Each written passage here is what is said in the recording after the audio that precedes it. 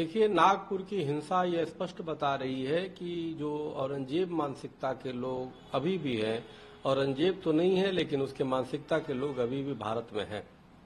युद्धों में कभी नहीं हारे, हम डरते छल छंदों से, हर बार पराजय पाई है अपने घर के जय चंदों से। तो ये जिहादी मानसिकता के लोग हैं जो उपद्रव कर रहे हैं, जो बसों में आग लगा रहे हैं, जो गाड़ियों में आग लगा रहे हैं, जो सार्वजनिक संपत्ति का नुकसान कर रहे हैं, जो सरकारी संपत्ति का नुकसान कर रहे हैं। यह मुगलिया सोच के लोग हैं, यह औरंगजेब सोच के लोग हैं। वो औरंगजेब जो देश को लूटने का काम किया, वो औरंगजेब जो देश में सिर्फ अयासी किया, सोने चांदी हीरे जवाहरात लूटे, हमारे मंदिरों को तोड़ा, हमारे राष्ट्रभक्तों पे अत्याचार के पराकाष्ठा कर दिया। तो उस औरंगजेब की मजार इस देश में क्यों रहेगा? कोई राष्ट्रभक्त कैसे चाहेगा कि हमारे राष्ट्र पे आक्रमण करने वाले, हमारे देश पे आक्रमण करने वालों का महिमा मंडन थोड़े होता है? विश्व में कहीं ऐसा नहीं है। और अगर जो कोई उसको मजार हटाने का विरोध कर रहा है तो जिहादी मानसिकता के लोग हैं जो उपद्रव कर रहे हैं। अरे अगर जो आपको कोई आपत्ति है तो कोर्ट में जाओ ना। आप इस तरह की कार्य कर रहे हैं तो स्वाभाविक है, मेरा सरकार से आग्रह है कि ऐसे लोगों पे कठोर से कठोर कार्रवाई की जाए। जो सार्वजनिक संपत्ति को जिहादी मानसिकता के लोगों के द्वारा नुकसान की गई है, उनसे वसूली भी किया जाए और इनको चिन्हित करके इनकी नागरिकता समाप्त की जाए, क्योंकि ऐसे लोग यह देश के नागरिक कहलाने के लायक नहीं है। जो औरंगजेब को अपना आदर्श मानते हो, जो औरंगजेब के मजार की नाम पे वो उपद्रव करते हो। औरंगजेब तो एक राष्ट्रद्रोही था, औरंगजेब एक अयास वो था, लुटेरा था। तो इसलिए उस तरह की लोगों को जो जिहादियों ने किया है ये बड़ा दुर्भाग्यपूर्ण है। हिंदू संगठनों की जो मांग है कि वो औरंगजेब की मजार को हटना चाहिए, तो स्वाभाविक है वो एक राष्ट्रवादी विचारधारा के लोग ही उसको हटाने की मांग करेंगे। और हमें तो लगता है सभी देशवासियों को एकजुट होकर के औरंगजेब के मजार को खोद करके बंगाल की खाड़ी में फेंक देना चाहिए या किसी अन्य वो में दफन कर देना चाहिए, क्योंकि भारत में जिसको अशफाक हमीद के मादरे वतन से प्यार नहीं, उसको इस भारत में रहने का अधिकार नहीं। तो जो लोग उपद्रव कर रहे हैं उन पर सख्ती से कार्रवाई हो और मजार तो हटेगा ही।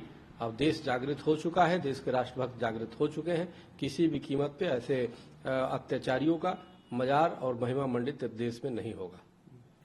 पर महाराज की बात की जाए तो आदित्य ठाकरे ने आरोप लगाया है और कहा है कि उन्हें लगता है कि बीजेपी महाराष्ट्र को अगला मणिपुर बनाना चाहती है। जब नागपुर में हिंसा फैल रही थी तो मुख्यमंत्री कार्यालय से कोई प्रतिक्रिया क्यों नहीं आई?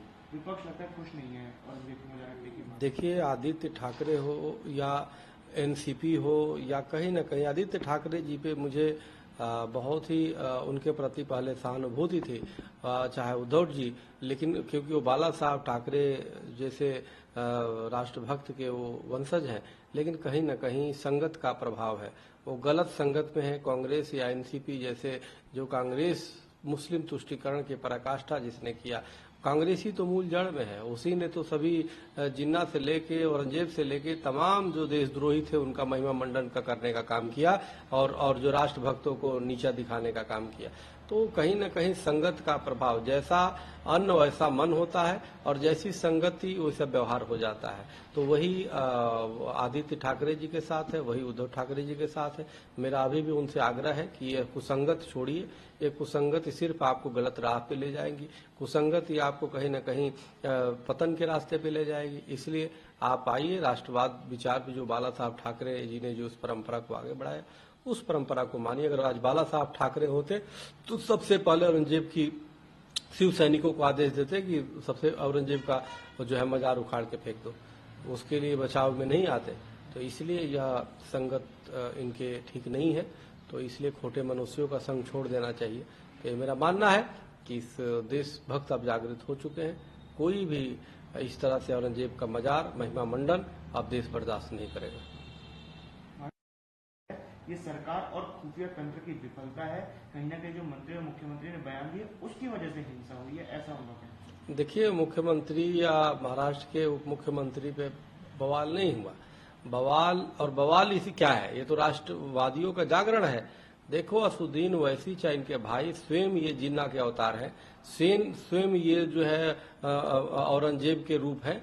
और इनकी औरंगजेब की आत्मा इन्हीं के अंदर घुसी पड़ी है। नहीं तो माँ कौशल्या को, हिंदुओं को गाली देते, ये कहते हैं कि 15 मिनट के लिए पुलिस हटा दिया जाए, तो इस तरह की भाषा बोलते। तो ये कहीं ना कहीं यह देश में रह करके और ये जिन्नावादी सोच इनकी है, बंटवारे वाली, जो जो जो औरंगजेब की सोच है वैसी असुद्दीन ओवैसी जी की, इनको अपने में सुधार करना चाहिए। इस देश में है, देश के खा रहे हैं, देश में रह रहे हैं, तो हमें लगता है देश के लिए राष्ट्रवादी होना चाहिए। आपको तय कर लेना चाहिए कि हमारा आदर्श शिवाजी है, हमारा आदर्श महाराणा प्रताप है, कि हमारा आदर्श जो है औरंगजेब है। अगर आपका आदेश और आपका अगर आदर्श औरंगजेब है तो इस देश में आपको रहने का कोई अधिकार नहीं है। आप असुद्दीन ओवैसी बंधु पूरे अपने लोगों के साथ पाकिस्तान चले जाओ, आप अन्य देश चले जाओ, लेकिन अगर जो यहाँ पे रह के औरंगजेब की महिमा मंडित करेंगे, उनके बचाव में आएंगे, तो निश्चित रूप से देश के राष्ट्रभक्त आपके खिलाफ भी खड़े होंगे, स्वाभाविक है, और संघर्ष की स्थिति होगी। इसलिए मैं चाहता हूँ कि आप भी देशभक्त बन के रहिए। औरंगजेब एक काला साया है, औरंगजेब एक बदनुमा दाग है मानवता के नाम पे, औरंगजेब एक जुल्म का इतिहास है।